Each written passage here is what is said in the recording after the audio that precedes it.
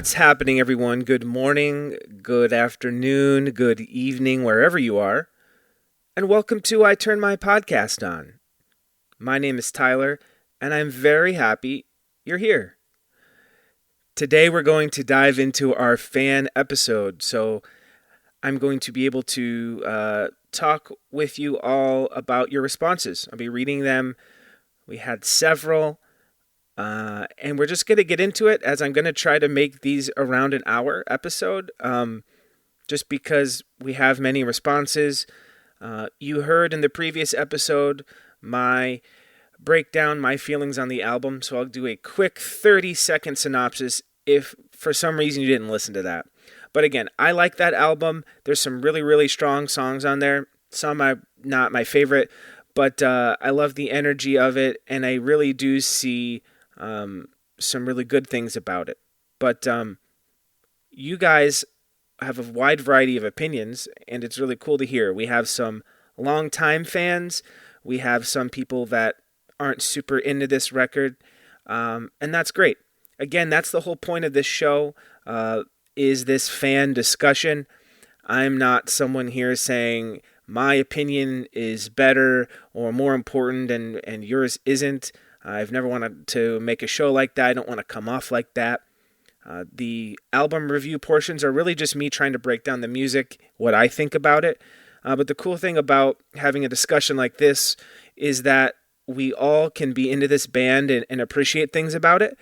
But at the same time, we have different personal experiences, different relationships with the songs and the albums. So we're just going to try to get a wide variety of opinions. So that's what we're going to do. Right now, we're going to start with the very first email I got. This is right after the episode dropped on July 1st. It's simple. It says, yes, hello. I was told to email, thank you. That was from our friend True Ann. So they did meet the requirement I asked to email the show. And I did respond and say, yeah, I was hoping to get your opinions on the album or the episode or anything in it, but thanked them for emailing and did not hear anything back. But that was the first email that we got, so that was nice. Then we have one from Paul P. It says, just heard about this podcast, haven't yet listened, but saw the note about fan episodes. Don't know what you have in mind in terms of help, but I've seen the boys 13 times live now, going back to 2002. Both coasts, own the catalog, have a couple rarities, etc. Thanks. Looking forward to listening to the first episode tonight. Thanks for doing this. So that was a very nice email. Again, I emailed him back, and he said he would get back with a more in-depth episode response. Haven't heard from him yet, but truly appreciated his initial email and him talking about seeing the band 13 times. Awesome. Very cool to hear. That's something I have been trying to highlight in the conversations with Britt when we go album by album, is an important live show or two during that time, because we can judge the albums, we can look at the band's trajectory based on album sales, but those live shows, you can really only talk to the band and to people that were at the shows about it. They're not recorded a lot of the time. So, if you ever feel inclined, Paul, to write in and talk about a specific live show during an era, that'd be great. Next, we have Joe. Good old Joe B. He has been in touch with the show from the very beginning on the official message boards. And a nice email. He says, hey, Tyler. As I've expressed already, I really appreciate that you're doing this podcast. I was excited about it before even knowing about the interviews. I like the format and the whole overview of information. This will also tide me over during this whole stay-at-home stuff. And until Spoon gives us some new material, he feels like it's going to happen soon. As I mentioned before, Telephono has been a difficult album for me to get into. I haven't given it much of a chance until listening to your breakdown. I don't think I'll ever like it as much as the albums that represent their sound now, but I like a few of the songs now. Cervantes is my favorite. There were several tidbits I didn't know about, especially from the interview with Britt. I'm not a huge guitar player myself, but I've been learning over the last year or so, and have enjoyed the part where you discussed the guitar he was using and how he was achieving certain sounds. I love hearing about how they had to kind of wing it to record their albums. Barking dogs is definitely an issue, lol. I've got to admit, I'm excited to get into the meat of their discography, and I think the episodes will get more and more exciting, much like Spoon's discography. Thanks again, Joe.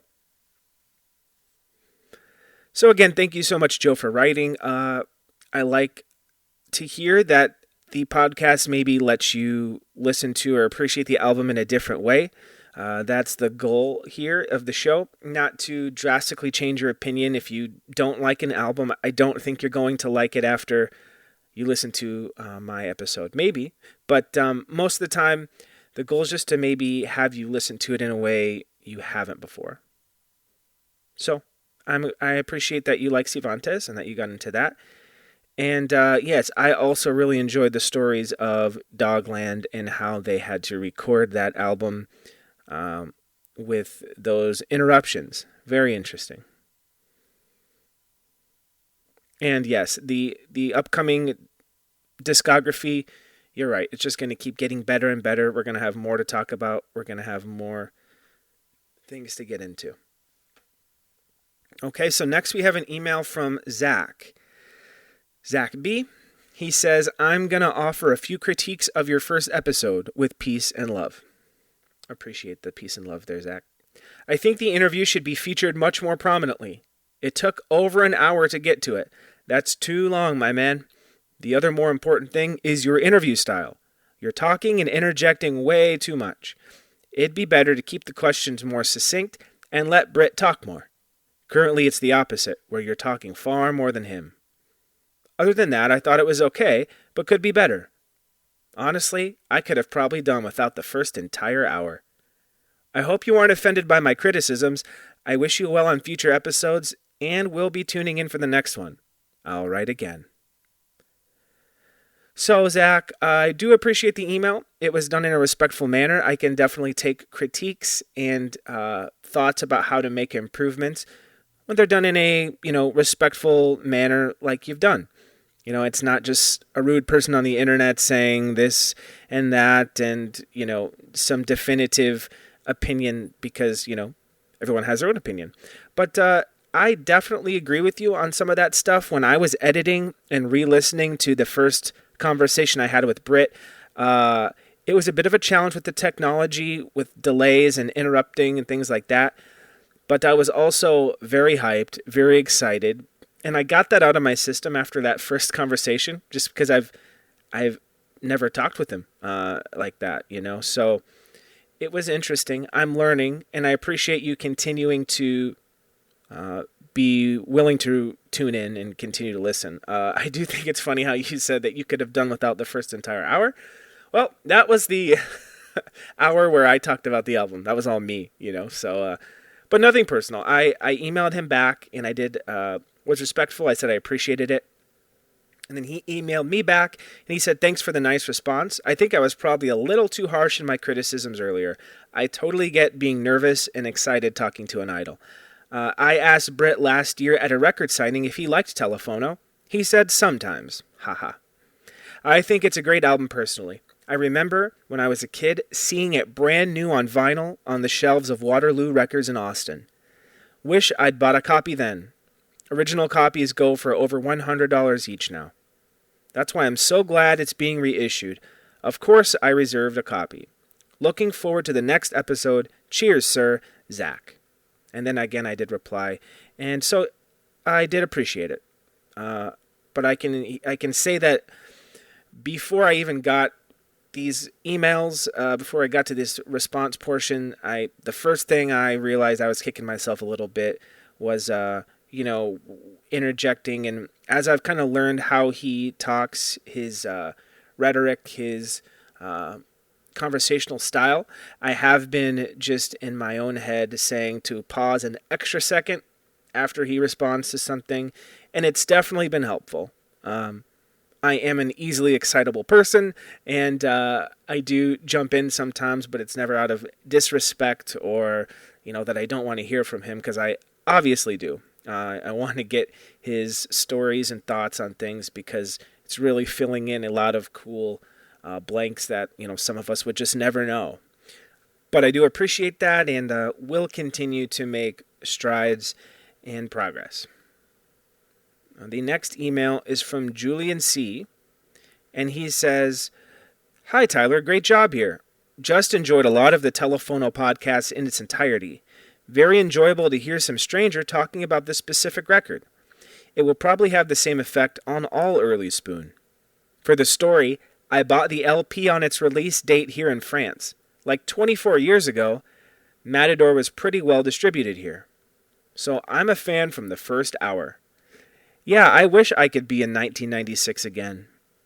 I don't have a favorite song on the record, or maybe not anymore. It's the whole thing for me now.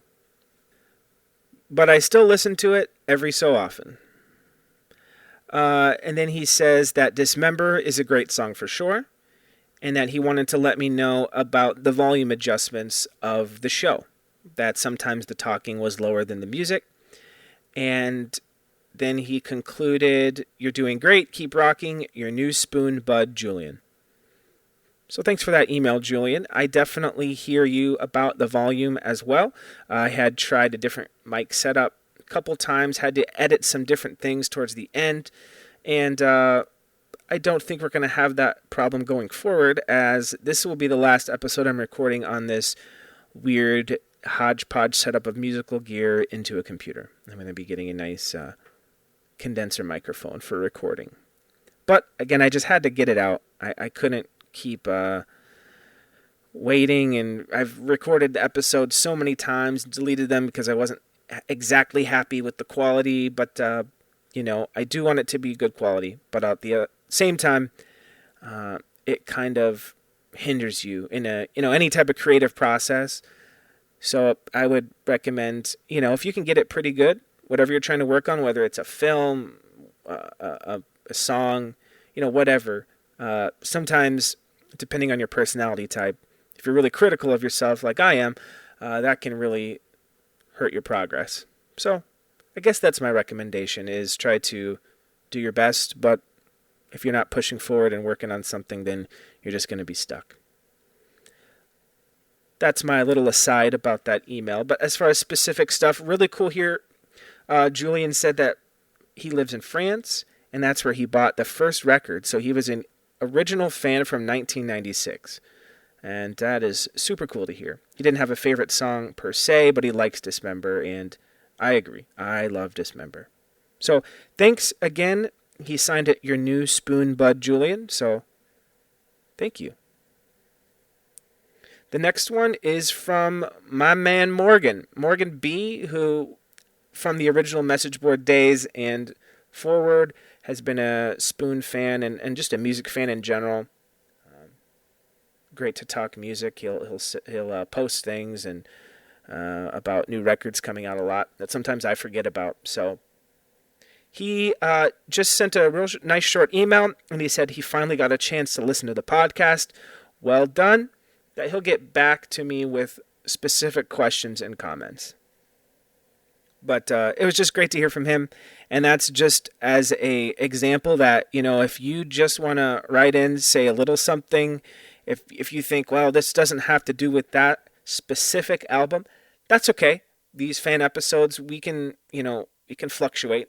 If we have an album episode and you want to talk about something we did 3 episodes ago, that's cool too. It doesn't have to be reaction to that specific thing that just got released, because as time goes on, people are going to discover these, at different times.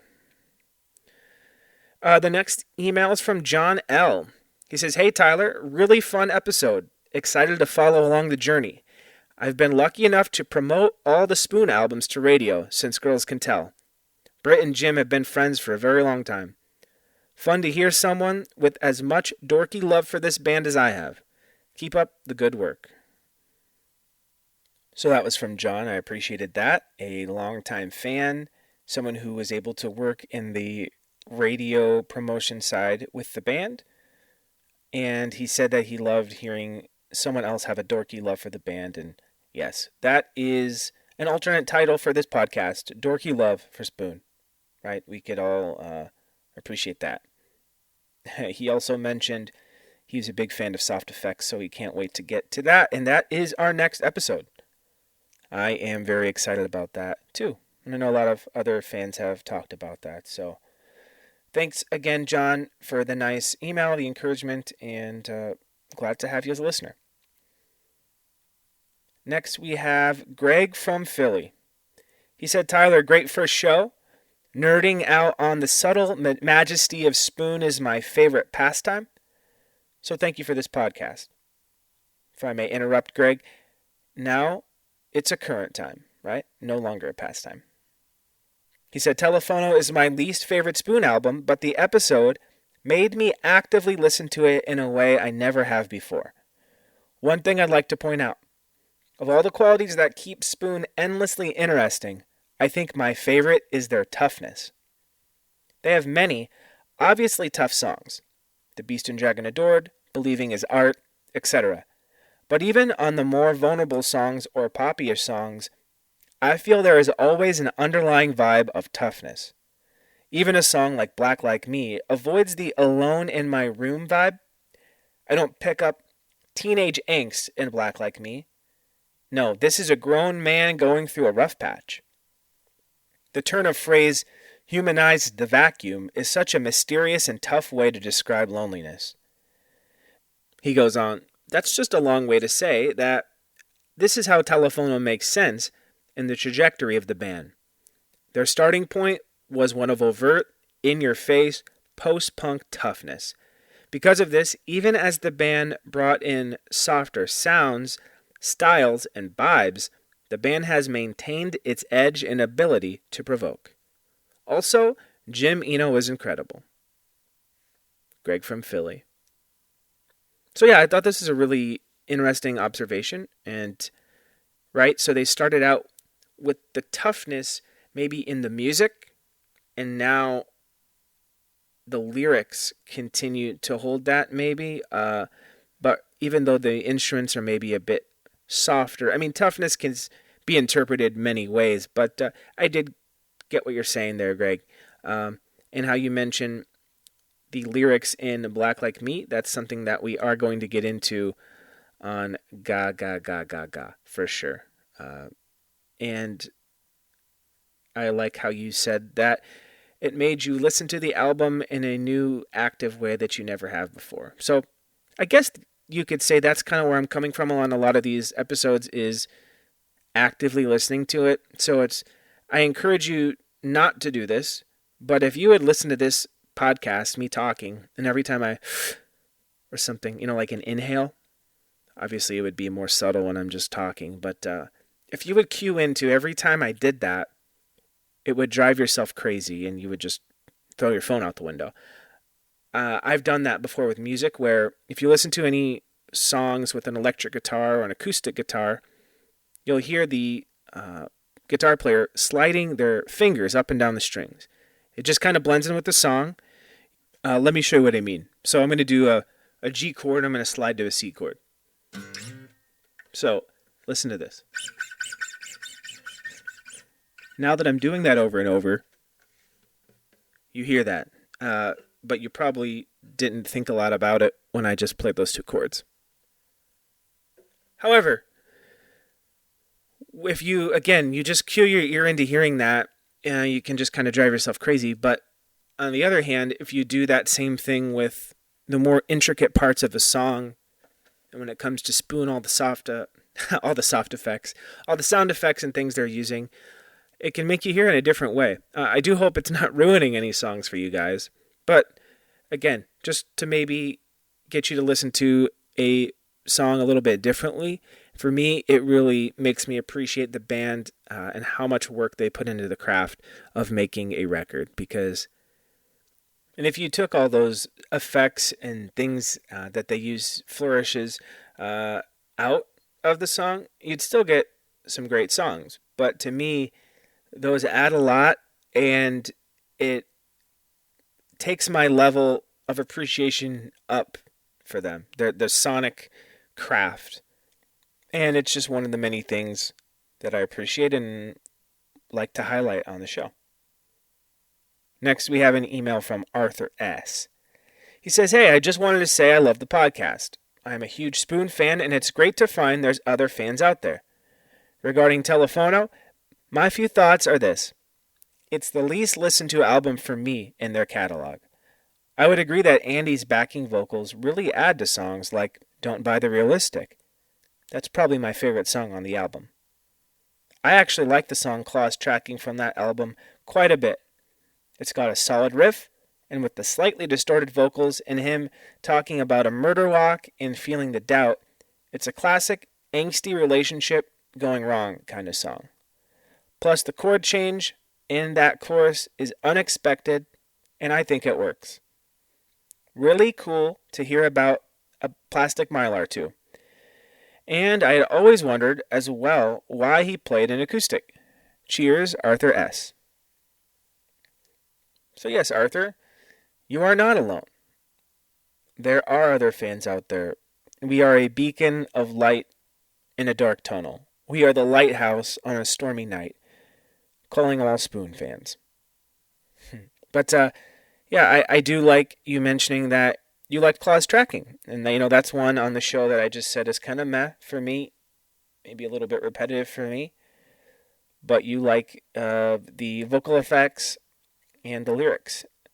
And I do like that breakdown bit where they're just kind of bass and drums.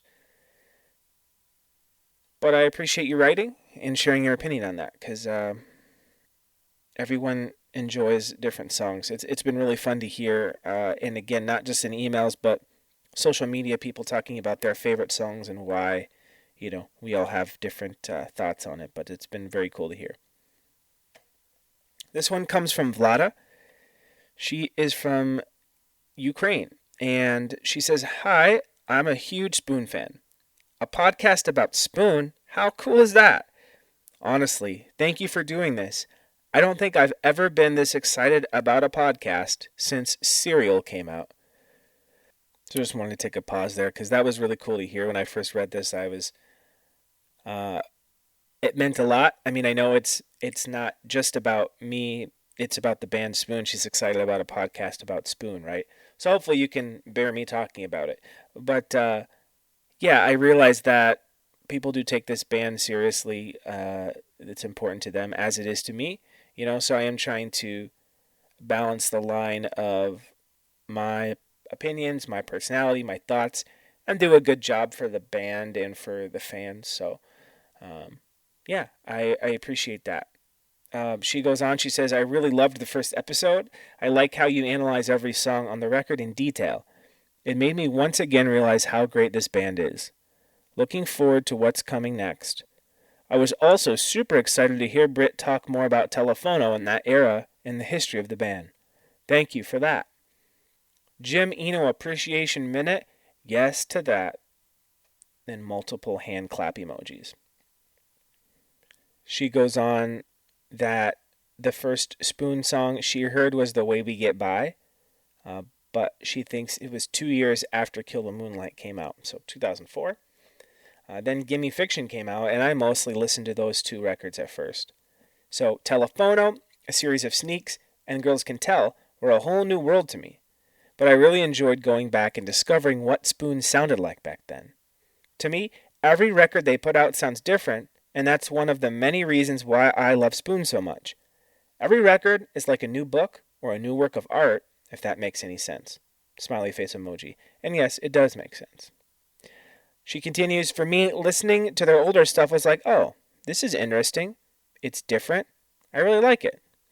I guess what I'm trying to say is that I'm really glad all their records are so different, and the band is not afraid of introducing something new on each record they put out.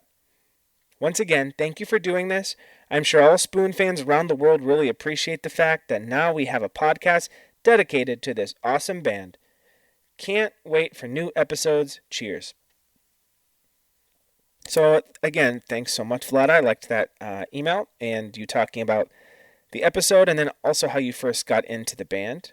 Uh, so, yes, it does make sense. Every album does have lots of change and progression, but also maintaining that core sound. So, I love that. And I think a lot of people would agree with you there.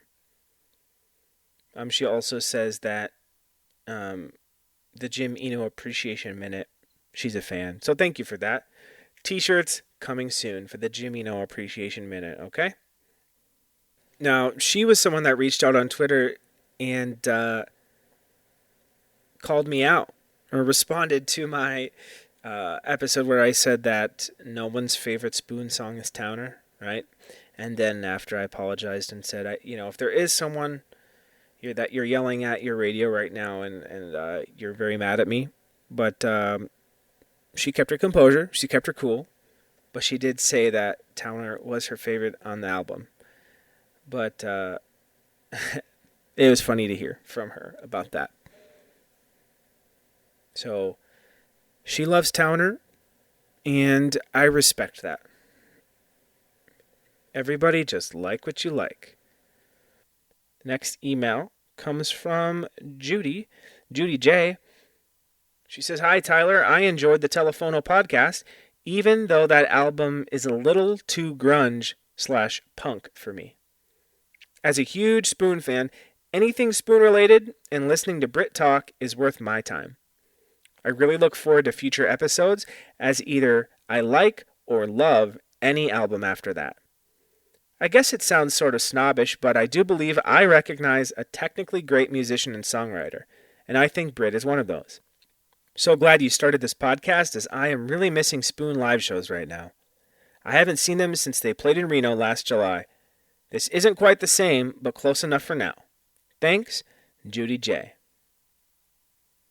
So again, appreciate the email, Judy. Glad to hear you are a huge Spoon fan, and you're not alone in thinking that Telephono isn't your favorite. You're not super excited about it, but looking forward to the future episodes. And I've got that response quite a bit, actually. People saying that, they're not going to really email the show or talk about their opinions because it's nothing that they super connected with, but are looking forward to the next episode. So I look forward to even having a fuller inbox than what I have right now from emails. But I would say that you're not snobbish and that you have good taste. If you recognize Brit as a technically great musician and songwriter, as I would agree, and most of us listening would. And you said that you miss Spoon live shows right now. Well, I agree. Just close your eyes, picture yourself there. Of course, this is not a substitute for that, but yeah, hopefully it helps you be able to talk about the band a little bit, enjoy some of the music at a safe distance at home. Next email comes from Will M. He says, "Hey Tyler, my name's Will. I'm a big Spoon fan and I'm enjoying your podcast so far. I thought you'd like to know that my wife and I got engaged right after we saw the band live. It was a great double bill in July 2017. The New Pornographers, who we also love, opened for Spoon in Boston. It was an amazing show, but I couldn't fully enjoy it because I was nervous about proposing. It was our second time seeing Spoon live. Later on that night, I popped the question, and we're now happily married. We later used the underdog at our wedding to announce the wedding party. Just thought I'd share with you that great music can definitely help paint a backdrop to big moments in life. I'm looking forward to the upcoming episodes of the podcast." So thanks so much for writing, Will, and sharing that experience. Definitely agree that music can paint a backdrop to big moments in life. Definitely have music that ties into, personal moments, things that are really important to you. And I would be very nervous about proposing after the show too. It would definitely hinder my enjoyment of it a bit, I think. But glad to hear it went well. She said yes, and you're happily married. Also cool about the underdog as being the song for your grand march at the wedding. I can definitely see that. The big opening chords and the horns. Sounds very cool. Next, we have an email from Deborah P. She said, "Great podcast. I'm lucky to have seen Spoon from the beginning, as I have friends in Austin, Texas, that insisted we listen to them. We did, and 20 plus years later, they are still one of my most favorite bands. I understand how some people may dislike this album, but it really is one of my favorites. It's raw and unpredictable, and of course, Jim Eno. I have a different appreciation for Telephono because I enjoyed hearing the songs live at bars and clubs. Nefarious, All the Negatives Have Been Destroyed, and Idiot Driver were phenomenal. Technically strong and so much energy. Looking forward to the next podcast, Deborah." Thank you so much for sending that. Very cool to hear from a fan in Austin from the early days, seeing them play those early shows. And I like how you said that you had friends that insisted we listen to them. If you're listening to this podcast, I bet you're one of those people like me that insist we listen to them either with family or friends. But they thank you for it, right? Or you're just no longer friends with them. So it's a good way to choose good friends. No, I'm joking. Okay. Next email we have from my man Mike W. Portland Mike PDX, a big Spoon fan, guitar player, musician in his own right. So this is a great email, and he said, "Tyler, nice work, man. I love the episode. I listened to the entire thing and appreciate your attention to detail. So cool you got Britt on board with the interviews. Good for you. You deserve it with all your hard work and dedication. I don't really have any questions at the moment. I'm sure I will as the episodes progress. But I wanted to share some random thoughts and maybe some questions for later." So he has them numbered, so we'll go numbered by number. It says, "Like you, I also get, if you say so, stuck in my head on a semi-regular basis. What's up with that? Gotta be a serious earworm to pull that off." So yeah, I agree with you, Mike. I don't know why, but it is. I wake up in the morning and sometimes it's there. Number 2, he says, "Like BD, my first distortion pedal was the Boss Heavy Metal, which was also a surprise gift from my mother. Weird." That is very cool. Man, you guys had some head-banging moms to get the Boss Metal Zone pedal. But very cool that you share that with him. The third point you said, "I wish the band would still play a few of Telephono songs in their live sets now and then. Since they are so different from what they are up to these days, it would really add something different to their performances. I love everything they do, but it would be awesome for them to have a few more rocked out tunes in their set list here or there. Nefarious, Don't Buy the Realistic, and Not Turning Off are my personal favorites. One of those could really take things up a notch in the live set, in my opinion." And yeah, I've thought of that too. It would be fun for them just to rock to those songs. But, who knows? Maybe someday. Number 4, he says, "I'm curious why BD moved away from the amplified acoustic. It seemed to be working for him and was a unique setup." Yeah, it is interesting to see the videos and the early shows with him playing that. It was interesting to hear about how he was getting those tones on those records with it and live show. Number 5, he says, "The band deserves a lot of credit for upping their ante in their live sets in recent years in several ways. Thanks in great deal to Alex and Gerardo, of course. One of the advances I appreciate the most is their transition between songs. You can tell they have worked hard at keeping the flow going live and not losing momentum." Yeah, I agree with you there. Always, they don't do a lot of, banter. They'll do it once in a while, but they're really focused on the music. And again, those transitions, one song leading into another, it does make it seem almost like a play in a way, if that doesn't sound too pretentious. Number 6, he said, "I noticed BD using a Klon Centaur at one point in his live rig. Curious where he got it if he still has it and why he doesn't seem to use it in his rig anymore. So he's referencing a guitar pedal, a Klon Centaur, and so he wondered about him using that. Then number 7, he says, why did he switch from the Gibson 335 Live? So yeah, I'm actually going to talk to him about all his guitars and guitar stuff because, I'm also very interested in that. We're going to do that in a separate segment where I just have a bunch of questions that don't pertain to an album. But I've always thought the Gibson ES335 was super synonymous with Spoon for quite a long time. If you've seen any of their videos, live shows, or live performances, even if it's on television or something, or on YouTube, he played that he played that guitar quite a bit.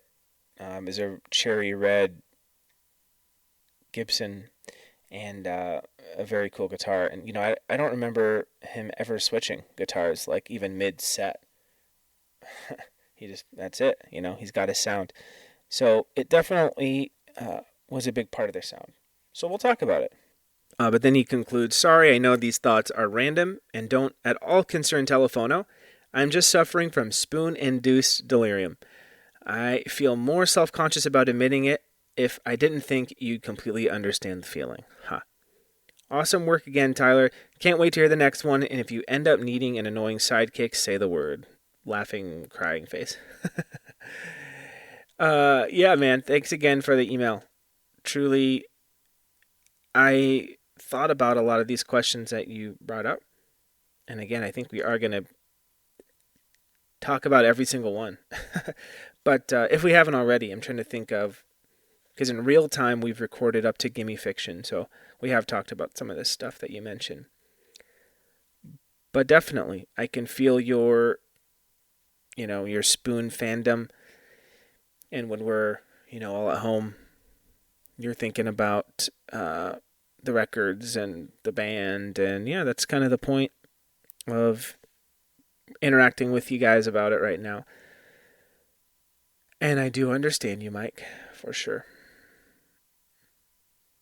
But yeah, thanks again for the email. We're going to move on to Jim L. And he says, hi, loved episode 1. Telephono is a big favorite of mine. John Crosland, the producer, is one of my favorite musicians and producers, from Zeitgeist and the Rivers. The first time I saw Spoon, John played bass. My question is, would Spoon ever consider having John produce something new for the band? Well, Jim, that is an interesting question. Maybe one I can bring up. And that's cool to hear. I have never personally listened to either of the bands mentioned. But glad to hear you are a John Crosland fan. And yes, I have seen and remember him playing bass with them live as well. The next email comes from Lucas S. He said, hey there. So, I, like a lot of people, have never been too much into early Spoon. Pre-Girls Can Tell, of course.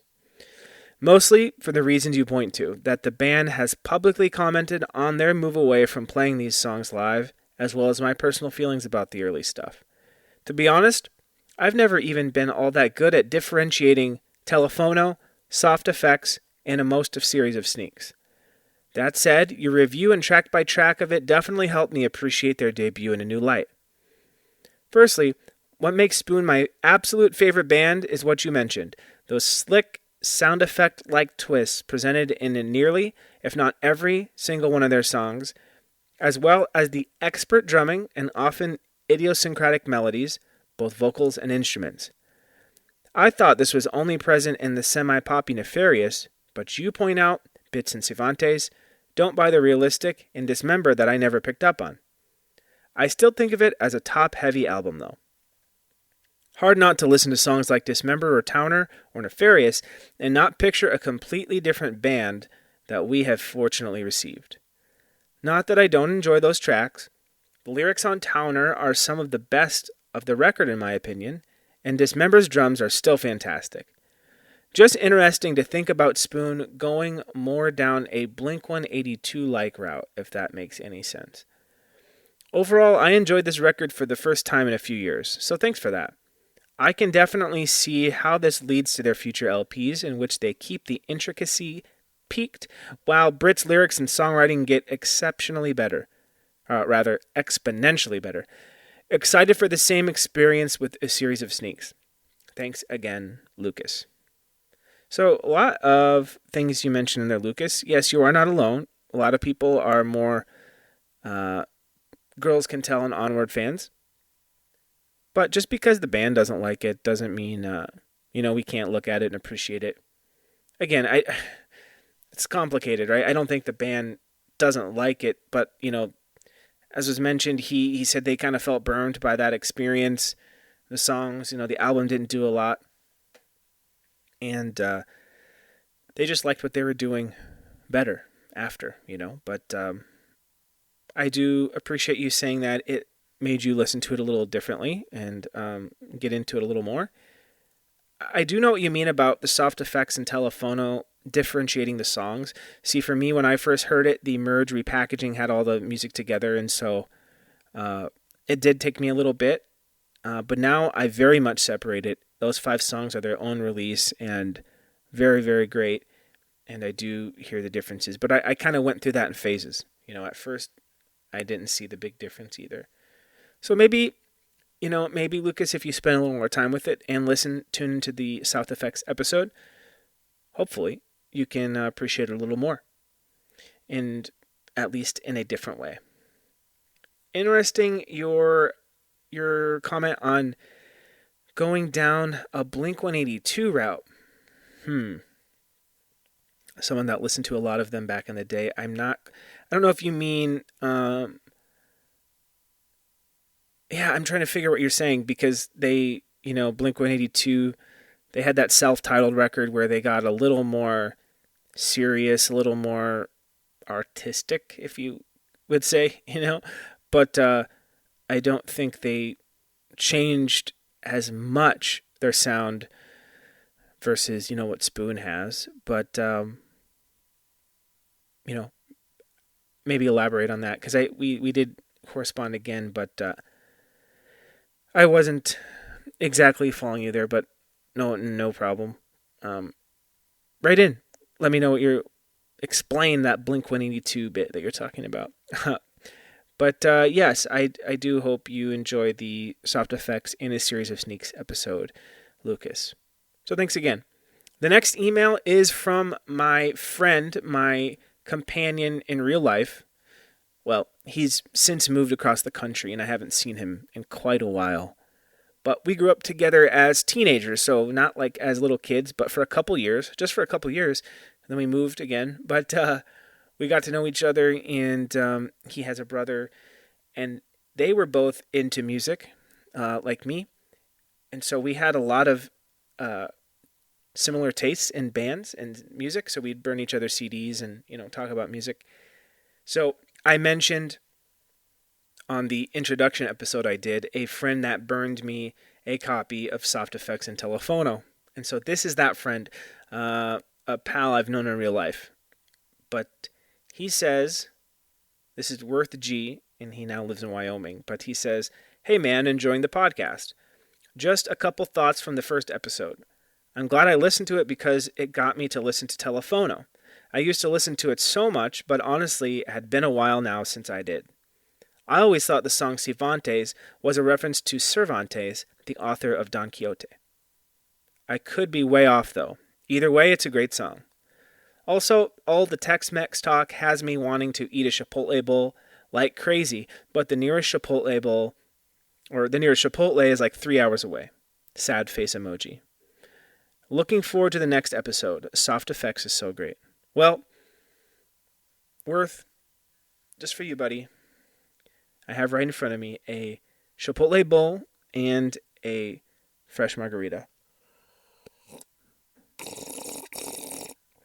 I'm going to take a bite of this bowl. Oh.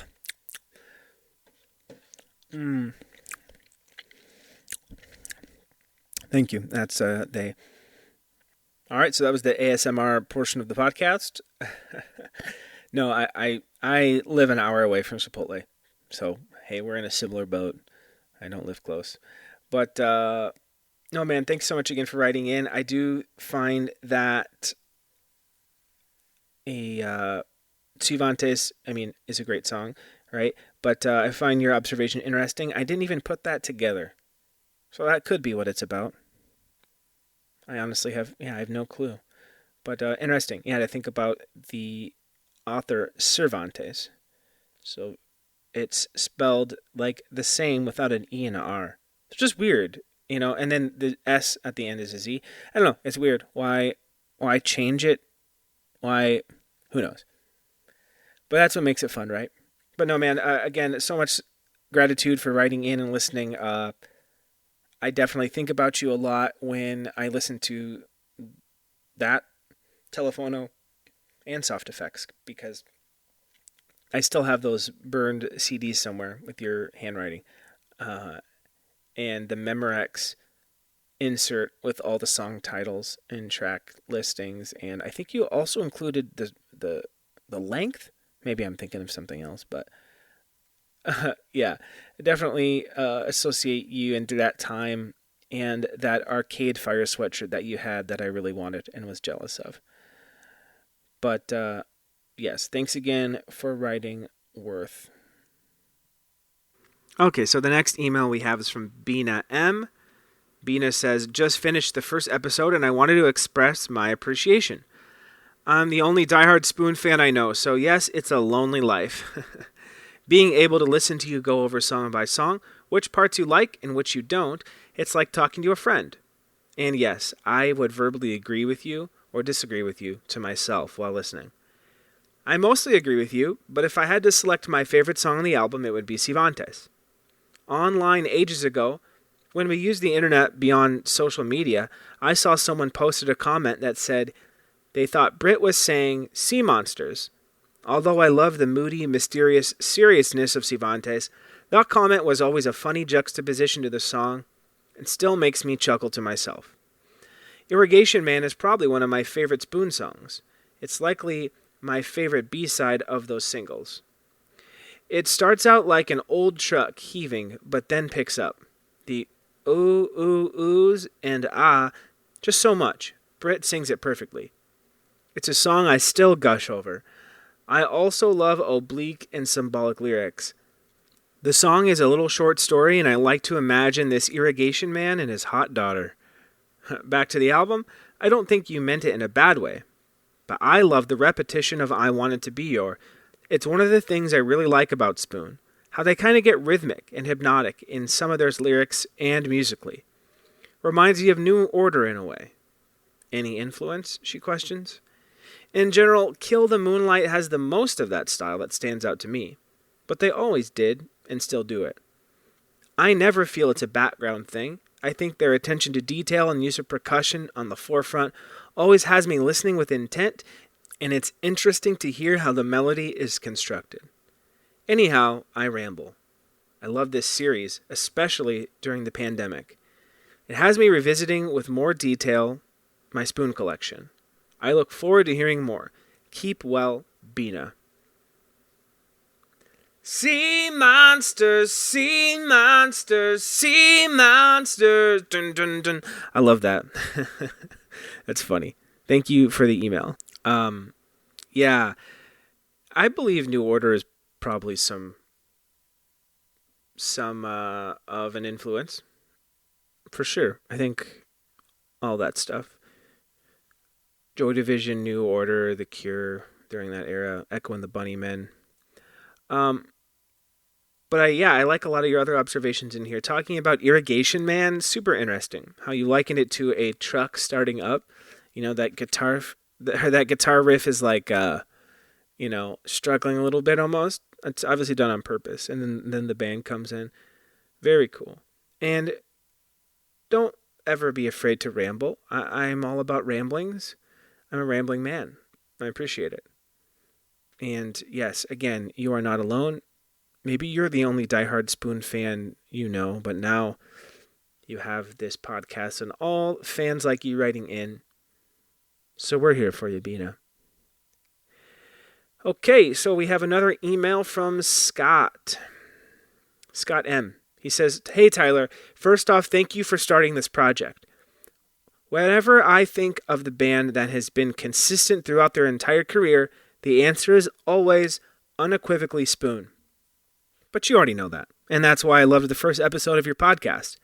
Though, I want to make a case for one of my favorite songs on the album, Claws Tracking. I've always viewed it as a raw, chaotic, and pulsating song that still rings true in later albums, albeit more controlled." So he's talking about the sound of that song.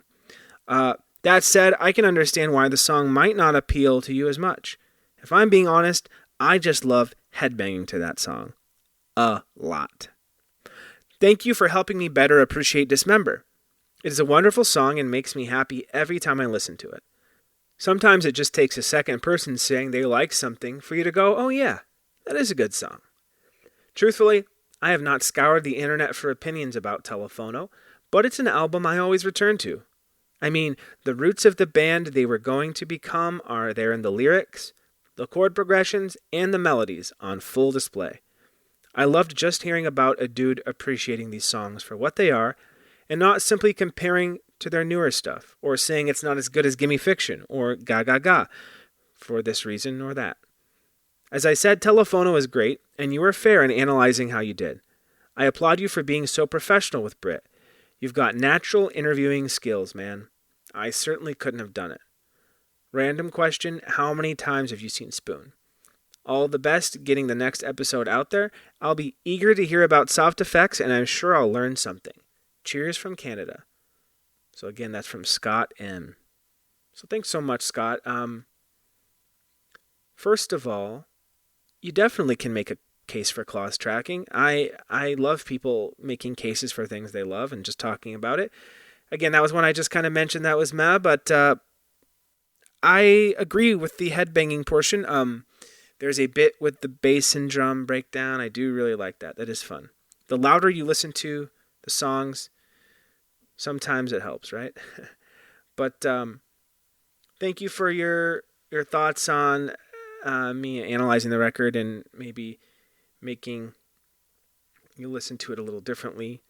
And as far as how I did it with not comparing it to their other albums. Yeah, that was something I thought about because, when you compare something, a piece of music or a film or whatever, let's say in the scope of a band, you have all their other albums, or like a movie, if it's director, you have all the other movies he's made.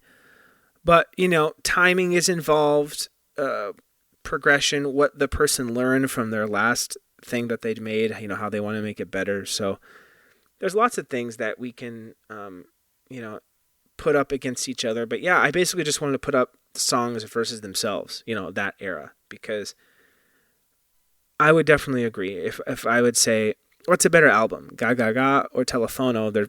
To me, there's no question. Ga Ga Ga Ga Ga Ga is better. But there are people that would disagree with that. So I'm just trying to compare itself to itself, right? And that's all I'm trying to do. And so hopefully people will enjoy that. Then we have the final email of this batch of this episode. It is a long one, and I truly appreciate it, the thought that was put into it, and how deeply analytical it was about the lyrics that I did not think about, and I'm guessing you as a listener did not think about either. So give me 1 second. I'm clearing throats. I'm stretching my tongue, my lips, my voice muscles, vocal cords, lips, check. Okay. You ready? So, this is from Andrew P.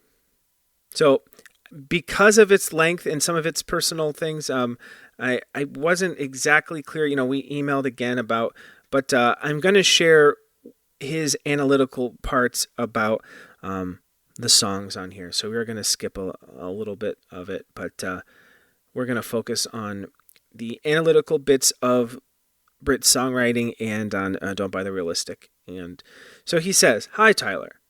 Thank you for putting together a podcast that the world needs to hear. I just love that you are talking Spoon and taking the Spoon catalog one album at a time and going over each song. In your first Telephono episode, you worked wonders with the diligence due the music dimension of this great and underrated release. My motivation to write you is to correspond with its lyrical dimension. But first, let me introduce myself a bit. In particular, my orientation as a Spoon fan. Spoon is my all-time favorite band, and Britt Daniel is my all-time favorite lyricist. He writes forever in the present moment as I have not heard or read elsewhere. His speaker, his lyric narrator, that is, emerges in a seeming subjective presence. A clarity and universality of the self with pasts and futures is emergent in every line. Whether he uses first, second, or third person, the listener is brought in among the narrated objects, events, and relationships. At its best, lyrical logic is like dream logic. Language transfiguring as untold experience. It is a skill of making the listener, the writer that is, of course, seeming to as if they were the listener who was inspired to pen the words. That is what I mean when I say he narrates forever in the present moment. It becomes the listener's own dream, their own song, or their own experience. Daniel seems to know what I know, or remember feeling what I remember feeling when the needle drops. The band's first lyric, the opening line to Don't Buy the Realistic, wastes no time in this sense. No vague overture keeps us waiting. Get right behind the speaker's eyes. And the first line, all night, be left alone. Before we unpack that, let's allow its blunt, sweet burden decay in our mind's eye as I explain how I discovered Spoon. I Turned My Camera On was a track on a mix CD that I received from a very good friend whose friendship was at that time beginning to develop into a mutual crush, which was made clear by many of the lyrics on that very mix CD. I'm more comfortable calling it a mixtape. The pseudo-retronym carries all the implications I'm referring to, whereas mix CD cannot. Maybe it's because the weight of the world was a sound that we used to buy on cassette and 45, but we'll get to that. So he goes into a story about blossoming romance and how the mix was involved and his thoughts on that. So I agreed with him, and we talked a little bit about that. But again, going back to analyzing that line and the lyrics. So, all night, be left alone. Take my name as my own. He says, it suffices as a full narrative already. A night, perhaps repeated many times. Why else would he decide to tell about it? Disrupting the dogmatic slumber of lusty love. It is cold. It is hard. It is endless. The speaker is object to the passive voice, being left alone. Or be could rather be read as imperative, spoken on his tormentor's behalf. That seems to fit. Either way, the be places the listener in the narrator's shoes. The message songs have ceased. The lover is wandering, not phoning to report or assure, let alone to lull or lavish. At the moment captured is eternal. All night. All of it. The second line is a pretended resolve, wearily cynical, a metaphor for the reclaiming of one's maiden name upon divorce or widowing. It seems to repeat throughout the night, a self-effacing, non-committal glance that defines what I see as the overarching topic through Telephono and soft effects. Emancipation. Yearning to reclaim agency and accountability. The notion is in the verb take, phrased first here as inclined toward a prize not only unobtainable but undesirable, obscured by the daunting traverse, an odyssey of love, atrophy, ego trauma, insomnia, malnutrition, ambivalent peripheral friends, and all the emotional and financial setbacks of starting over. Take my name as my own bespoke as toothless, wishful thinking. Too bitter, too sweet. So we join as the pleading repeats, with the line, "So come on and take my hand." An evasive mantra, a voicemail again. Spiral-bound leaves concede a meager reprieve, leaning letters and line breaks. Return to ask, what she retrace. Voicemail inbox full. Silent, sickly. Hence, the next line. Words are not much to say. In this second verse, doubt cools to forced indifference. What would reclaiming a name matter? Why wait for a response? The redundant record of messages will likely never be heard, but this renouncement provides no relief. Words are not really anyway, certainly not as real as which they are asking for, in the repetition of take my. This unrealized reunion remains, surpassing the futile, ephemeral waste of mere words. Fake stuff gets in the way. The next line. With the chorus, the resolve for independence goes entirely dormant again, as the plea returns and repeats. The phrase, "come on," is apt for a whole night left alone, a request previously transmitted and unheeded. Was it altogether unheard? Repeat it to make sure. Come on. Come on. Listen, because the fact I'm talking is enough reason to. Come on. Hold this hand as you have before. At the very end, not only is this request left without a response, much less a compliance, but the speaker himself even abandons it, omitting the object with the abject fragment, take my. The title, Don't Buy the Realistic, seems like an overview of the inner motivation that prompts him to stop asking. The notion that in the sound of the key in the lock will sound out in the apartment, and the lover will return, smiling, at last taking the hand. This notion is realistic, in the sense that it remains theoretically possible, but because it is so unlikely, the essence of the admonishment is don't buy it. Just as the song's other imperative construct, come on, packs a trajectory of circumstances, a story already in progress upon its utterance, so it is with don't buy it. To buy, in this sense, is to be duped into believing something either known to be untrue or so unlikely that it should be thought most wise to treat it as such, proceeding as if it were untrue. Moreover, that which is to be bought tends not only to be false, but presented as such with precision and an intent of somehow harming or stealing from anyone who is foolish enough to fall for it. Just picture your rightful self-assurance and the dodging of the proverbial bullet when you see it fit to declare, I don't buy it. This expression, especially as an imperative, don't buy, it implies that the currency you lose is a real and harmful loss, even as the goods expected are a fake or empty gain. Such is the mindset of Daniel's narrator, trapped for the moment in an unforgiving place of neglect and perhaps outright betrayal, while remaining determined to preserve his name and his potential, determined to eventually reclaim his time for his own. The song is the introduction and the outset of the odyssey of self-determination, which unfolds in the subsequent songs on the album and its follow-up EP. Don't Buy the Realistic takes place entirely on the conceptual level, starting with the title, which describes not an actual buying transaction, but one of the ideas. Don't buy means don't believe. The lyrics themselves follow suit with the concepts of being alone and a metaphor for the interchange of names in verse 1, and in the second verse with words themselves and fake stuff, all ideas without concrete descriptions of tangible external events. You could argue that even the chorus refers to the taking of a hand in the metaphorical sense, as in, get back in harmony with me, or in this relationship.